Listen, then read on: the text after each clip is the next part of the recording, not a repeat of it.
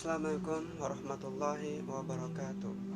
Pada kesempatan yang berbahagia ini, saya akan mempresentasikan sebuah proposal untuk memenuhi salah satu tugas dari mata kuliah seminar PAI yang diampu oleh dosen Dr. Siti Jumaida, MPD ISS, dengan judul proposal Peran Wahda Islamiyah dalam Pembinaan Akhlak Mulia terhadap mahasiswa di program studi pendidikan agama Islam Fakultas Ilmu Tarbiyah dan Keguruan di Institut Agama Islam Negeri Ambon. Yang pertama yaitu konteks penelitian. Perguruan tinggi adalah lembaga pendidikan formal yang membantu meninggikan derajat manusia yang beriman dan bertakwa kepada Tuhan Yang Maha Esa, menjadi pribadi yang berakhlak mulia dengan ilmu dan kemampuan, serta hidup rukun jasmani dan rohani. Dalam keadaan demikian, upaya tersebut disebut sebagai refleksi pemajuan pendidikan yang bertujuan untuk menciptakan manusia yang sesuai dengan tujuan pendidikan nasional.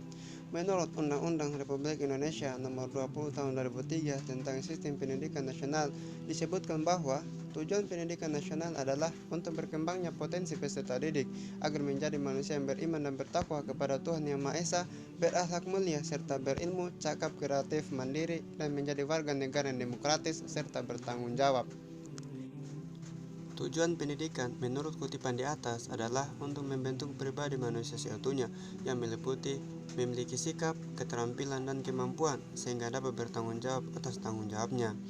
Sehingga untuk mencapai tujuan pendidikan nasional, setiap lembaga pendidikan di Indonesia harus memiliki akhlak yang mulia dalam penyelenggaraan pendidikannya, mulai dari pendidikan dasar hingga pendidikan tinggi termasuk pendidikan formal dan non-formal. Program studi pendidikan agama Islam adalah salah satu jurusan pada Fakultas Ilmu Tarbiyah dan Keguruan Institut Agama Islam Negeri Ambon. Jurusan ini sebagai penyelenggara kegiatan akademik merupakan salah satu yang berkontribusi dalam pembentukan pendidik masa depan di tanah air, khususnya di Indonesia bagian timur sesuai dengan visi dan misinya. Salah satu tanggung jawab utama jurusan ini adalah untuk menghasilkan pendidik dengan pengetahuan yang luas, keterampilan pendidikan yang hebat, mampu bekerja sama dengan berbagai lembaga pendidikan, dan akhlak yang mulia. Jika ini tercapai, jurusan ini akan memberikan kontribusi besar bagi pertumbuhan staf pendidikan Islam di masa depan. Namun, kalau diperhatikan ada beberapa sinyalemen atau pemberitahuan yang mengkhawatirkan apakah jurusan ini mampu melahirkan sosok tenaga pendidik yang diharapkan atau tidak pada masa yang akan datang. Sinyalemen atau pemberitahuan tersebut antara lain, yang pertama yaitu mahasiswa belum tertarik mengunjungi tempat-tempat sholat yang tersedia di lingkungan kampus untuk melakukan sholat ketika waktu sholat telah masuk. Yang kedua, mahasiswa ada kecenderungan interaksi yang kurang baik antar sesama mahasiswa. Yang ketiga, sebagian mahasiswa tidak menjaga kesehatannya dan tidak menjaga kebersihan lingkungan belajarnya. Dan yang keempat yaitu sebagian mahasiswa banyak dijumpai sering datang terlambat dalam mengikuti proses perkuliahan. Berdasarkan uraian latar belakang di atas, maka dengan ini peneliti mengangkat judul tentang peran Wahda Islamiyah dalam pembinaan akhlak mulia pada mahasiswa di program studi pendidikan agama Islam Fakultas Ilmu Tarbiyah dan Keguruan Institut Agama Islam Negeri Ambon. Selanjutnya, fokus penelitian. Mengingat luasnya judul penelitian skripsi ini, maka penelitian hanya dibatasi hanya beberapa indikator. Untuk aspek pembinaan akhlak mulia hanya terbagi 4 indikator. Indikator yang pertama adalah kedisiplinan, indikator yang kedua adalah kebersihan, indikator yang ketiga adalah kesehatan, dan indikator yang terakhir adalah pelaksanaan ibadah ritual. Adapun tujuan penelitian pada penelitian kali ini hanya terbagi menjadi 2. Yang pertama adalah untuk mengetahui peran Wahda Islamiyah dalam pembinaan akhlak mulia pada mahasiswa di program studi pendidikan agama Islam Fakultas Ilmu Tarbiyah dan Keguruan Institut Agama Islam Negeri Ambon. Dan yang kedua adalah untuk mengetahui faktor pendukung dan penghambat Wahda Islamiyah dalam pembinaan akhlak mulia pada mahasiswa di program studi pendidikan agama Islam Fakultas Ilmu Tarbiyah dan Keguruan Institut Agama Islam Negeri Ambon. Selanjutnya, metode penelitian. Yang pertama, pendekatan dan jenis penelitian. Pendekatan penelitian. Dalam penelitian ini, peneliti menggunakan pendekatan penelitian kualitatif. Pemilihan penggunaan pendekatan penelitian kualitatif dalam penelitian ini didasarkan pada fenomena kasus yang akan diteliti. Penelitian kualitatif adalah proses penelitian dan pemahaman berdasarkan pada metodologi yang menyelidiki suatu fenomena sosial dan masalah manusia. Yang kedua, jenis penelitian. Adapun jenis penelitian menggunakan studi kasus yang didasarkan atas keunikan latar penelitian. Studi kasus ialah suatu kajian yang rinci dengan satu latar atau subjek tunggal atau satu tempat penyimpanan dokumen atau suatu peristiwa tertentu. Suatu kasus ini bisa berupa individu, keluarga, pusat kesehatan, masyarakat, atau suatu organisasi. Kasus yang diteliti dalam penelitian ini terfokus pada peran wadah Islamiyah dan pembinaan akhlak mulia pada mahasiswa di program studi pendidikan agama Islam Fakultas Ilmu Tarbiyah dan Keguruan Institut Agama Islam Negeri Ambon.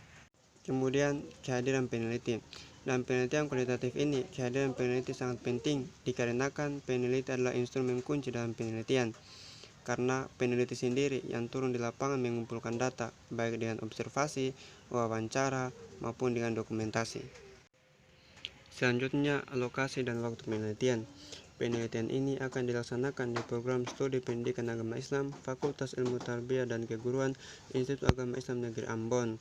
Adapun subjek penelitian dan penelitian ini adalah mahasiswa program studi pendidikan agama Islam dan pengurus organisasi Wahdah Islamiyah. Selanjutnya, prosedur pengumpulan data.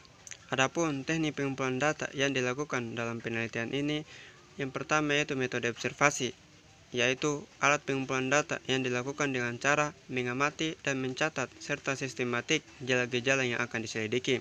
Yang kedua, wawancara, yaitu proses tanya jawab dalam penelitian yang berlangsung secara lisan, di mana dua orang atau lebih bertatap muka mendengarkan secara langsung informasi-informasi atau keterangan-keterangan yang didapatkan.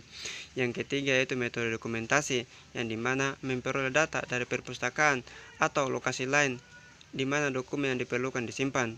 Atas permintaan penyidik, metode dokumentasi dikembangkan untuk mendapatkan semua materi tertulis atau video yang belum disusun. Selanjutnya, analisis data.